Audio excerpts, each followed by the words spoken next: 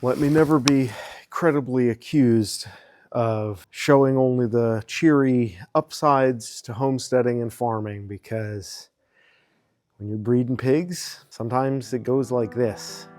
I don't fully have the ability to put into words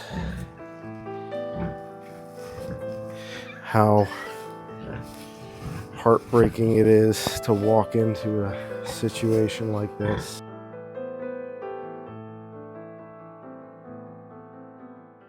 So I hope you can forgive the road noise. I'm on my way into work late this morning. Got up to feed the pigs. Found I have 2 sows that are in labor. Total of 5 babies out by the time I got done. 2 did not make it. I did everything I could. She had 1 piglet stuck. I had to reach in, pull it out. Turned out to be very lively, but it was a big one. Then she had another one after that on her own, so I felt like it was reasonable to take off and let her do the work. So I have a anxiety-riddled day ahead of me until I come back from work. Don't want to dress too warm. This way I can't get too comfortable out there and hang out. A little self-limiting. Figure I'm just going to document whatever I find, so honestly pretty scared what I'm going to find out here. Well, this mama's doing good. She's taken it upon herself to fill her feed dish. Well, yes, in a way, she's kind of putting the feed back where she got it from, so that'll be fun for me to clean up, but everybody looks pretty happy. Water's still flowing. Yeah, the bunk mates here, these 2 are waiting. Still no babies from these. All these little sugar plums tucked in their beds. Well, these are the big ones. And if my farm had mascots, I've told you how I hate chickens, and these are the only 2 survivors. One of them is lame, and they crap all over everything, but I don't have the heart to put them out of their misery because they survive with no support. So I feel like they've earned a spot on the team. I got a couple of babies here. I can't tell if she's still going. A lot of times the hardest thing is just backing off and giving them room, because when they're still in that period of trying to give birth, you're only going to make things worse if you get in there and start messing around sometimes. So I want to be real careful about going in, because the last thing I want to do is upset mama. I want to go in nice and quietly, kind of get as close as she'll let us, but I don't want to get her worked up, because the last thing we want is her stepping on one of the babies. Let's see, it looks like she's got 6. Okay, there's 6, maybe 7 alive. Let's say 6. Yeah, 3 and 3. I'm gonna try to go in here quickly while she's distracted-ish. Try to clean out some of the dead ones. I don't fully have the ability to put into words how heartbreaking it is to walk into a situation like this. 5 of them are dead at this point that I know of. It's possible that there's more on board yet that still have to come out, but I can't really tell that at this point. If I had to guess, 1 or both of them got stuck and the other one got stuck behind, and man, that sucks. Okay, so I'm gonna go in and see if I can rescue this little one, see if there's any hope. If I were a betting man, I would say there's probably 85 to 90% chance that that is not a winning situation. And there's one behind there, There's a dead one there that I got to get out from this mama. Yeah, she's still in labor, so I think I'm probably going to have to get some gloves on and go in. This is hard to watch. She stepped on that one. Doesn't look like he's moving too good. Sometimes they recover and they can move again, but can't really get in there and do anything because she's already upset. This is absolutely devastating. Into the veterinary toolkit. Not something you ever want to have to do twice in one day. Obstetrics gloves, general lube. What was supposed to be probably somewhere in the neighborhood of 20 piglets is going to wind up being less than 10. I have customers that I took deposits for $50 a piglet in the fall. And through the winter, when I'm not having any piglets, those deposits that I collect in the fall, when the pigs are being bred, I collect those deposits, and that's how I feed my herd until the spring. And I rely on the mamas to get the babies there so that I don't have to give people back that money, which I don't have because that money is sitting in my grain bins full of feed so that I can keep the mamas alive. And the feed for the spring and the summer, that comes from people picking up the piglets and paying the remaining balance on each one of those piglets, not knowing what's going to happen to the moms and how they are going to be doing.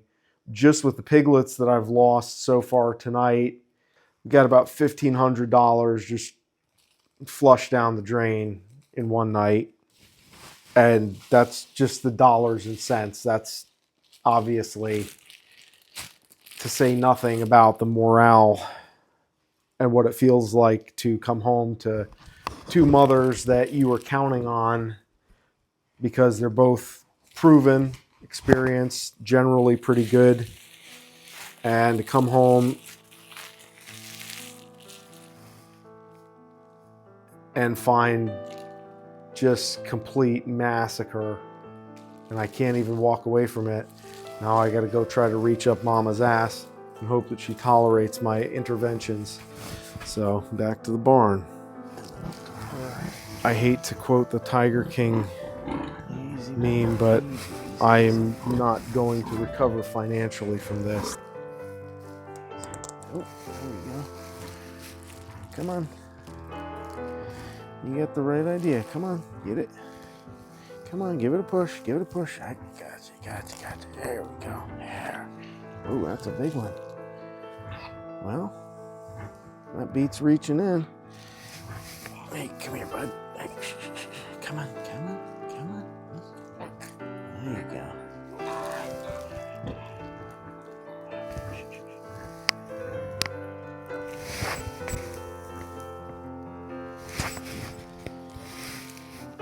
The last thing I want is her thinking I'm a...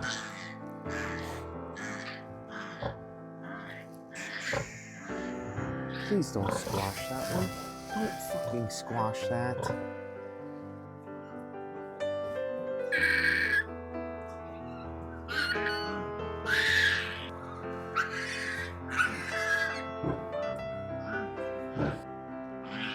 Don't start walking, Mama.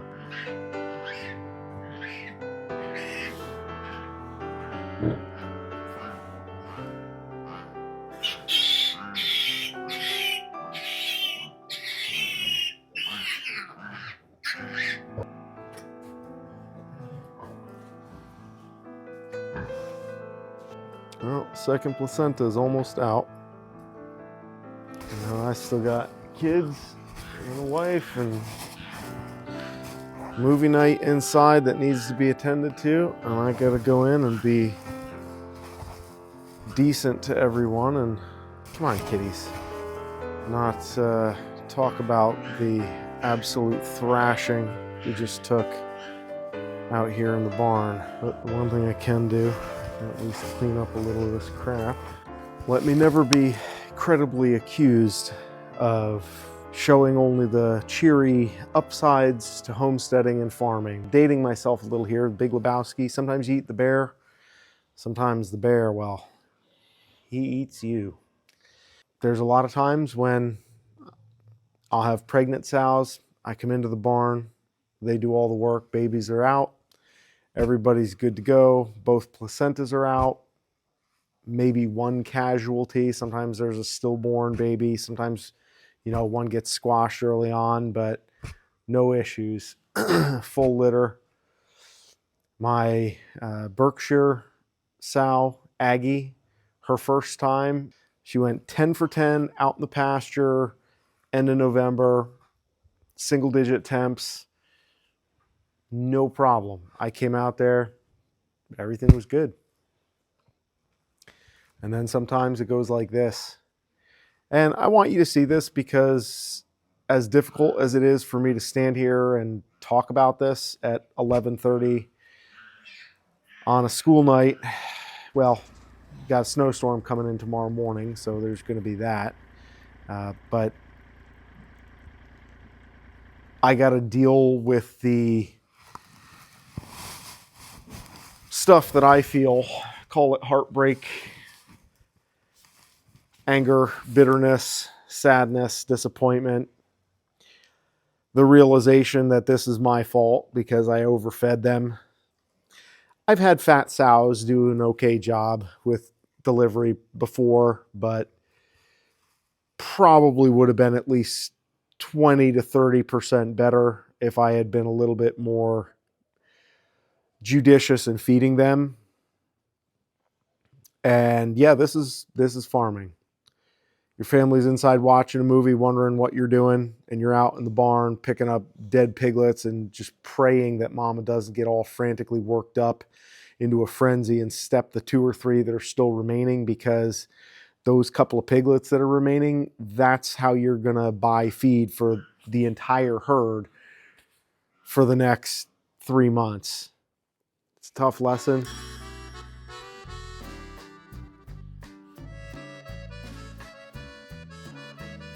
Man, it sucks. I was really hoping I'd get like 10 or 12 from each of them. That's big litters to hope for, but even 9 a piece, that's 18. That's a good number. I can work with that. I'm in here trying to clean up crap off the floor, and I'm trying to think of how I'm going to explain to the customers that I have why I don't have piglets to fill their orders. What I think is the path forward: you screw up 3 times, you go into sausage. And both of these sows, they have no strikes coming in. See if they can have another litter successfully in the fall, see how they do, compare that. If they don't do better, then they're going to sausage. I got to wait and see how they do with the babies that they have too. I may just cull them, send them to sausage, because I got a bunch of young gilts out there in the pasture that are good for breeding, and I can't go through this. Like, I went through this almost exact same thing last spring, called the sow that did it and said, like, nah, I cannot do this, like, emotionally, in terms of morale. I got about 1.5 years of time and money into these pigs to get them to this point, and then for them to completely let me down when I'm counting on them to help pay the feed bill. I don't know if I want to give them another chance. And I need money to pay for feed, because in another month, those grain bins are empty and I got to put feed in them, or else nobody survives. And yeah, I could have done better, but at the same time, when you have that many squashed babies that are just getting wrecked, I mean, having small litters, having stuck babies, even like if it was 6 and 6, it sucks seeing animals getting stepped on. And I'm also literally watching the future of my herd get flushed down the toilet. like right in front of my eyes. Oh, there goes another piglet. There goes another piglet. There's another one. There's another one. That's like, where's that money going to come from? How am I going to feed them? There's money in farming. If you have a bunch of sows that have all their babies on time and they birth them all, don't squash any, and they wean them all, and it's just easy as you please. When that happens, boy, that money, it comes in because everybody wants piglets, and they're good piglets, good animals, purebred Tamworth. But when it doesn't go your way, you're just screwed, completely screwed. I like the pigs. I like you guys, you girls. But at this point, I don't know if I can keep operating at this scale because having my entire year hanging on getting good piglet sales and good litter sizes and weaning rates, in other words, not losing them before they even are big enough to be independent, that's like half of my income for the year, just gone. At least we're getting something done. There's something to show for all the work and the time that I put in. I mean, look at the consistency of those turds. Isn't that amazing? They do such great work. They're great little compost machines. Maybe I should plant pumpkins or potatoes or something.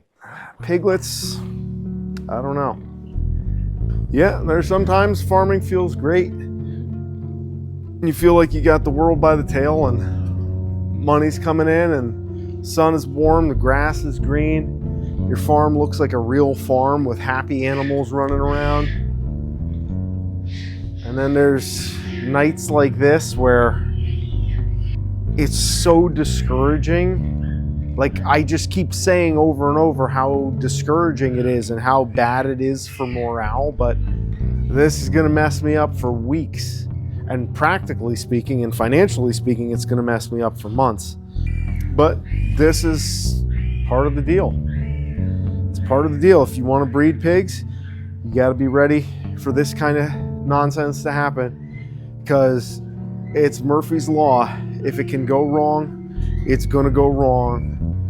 And you gotta understand that if you don't go through this, you don't get the good litters, you don't find the good moms, you don't figure out how to do it right and solve the problems. Yeah, it's not a Swiss watch.